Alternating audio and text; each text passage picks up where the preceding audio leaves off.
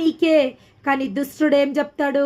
దేవుడు ఏం చేస్తుండో నీకు దేవుడే ఉంటే నీ జీవితంలో ఈ విధంగా జరుగుతుందా? దేవుడే ఉంటే నీ భర్త ఈ విధంగా శోధిస్తాడా? దేవుడే ఉంటే నీ పిల్లలు ఇట్లా ఇబ్బందులు పాలు చేస్తారా? లేదా దేవుడే ఉంటే నువ్వు ఈ అవమానాల గుండా దేవుడు నిన్ను వెళ్ళనిస్తాడా?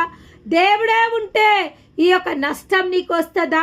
దేవుడే ఉంటే ఈ కష్టం గుండా నువ్వు వెళ్ళవలసి వస్తుందా అని అపవాది ప్రతిసారి మనని ఏం చేస్తుంటాడంటే దేవుని నుంచి మనని డ్రాగ్ చేయాలని చూస్తుంటాడు. అంటే దేవుని నుంచి మనని దూరపరచాలని చూస్తుంటాడు. దేవుడి నుంచి మనని వైదొలిగిపియాలని చూస్తుంటాడు. కానీ మనము ఏం చేయాలండి? ఎప్పుడైతే మనము జ్ఞానముతో వివేచనతో, అందుకే మన మాటలు కానీ మన ప్రార్థన కానీ మన ప్రవర్తన కానీ వాక్యానుసారంగా వాక్యాన్ని బేస్ చేసుకుంటే, వాక్యం ఇది సత్యం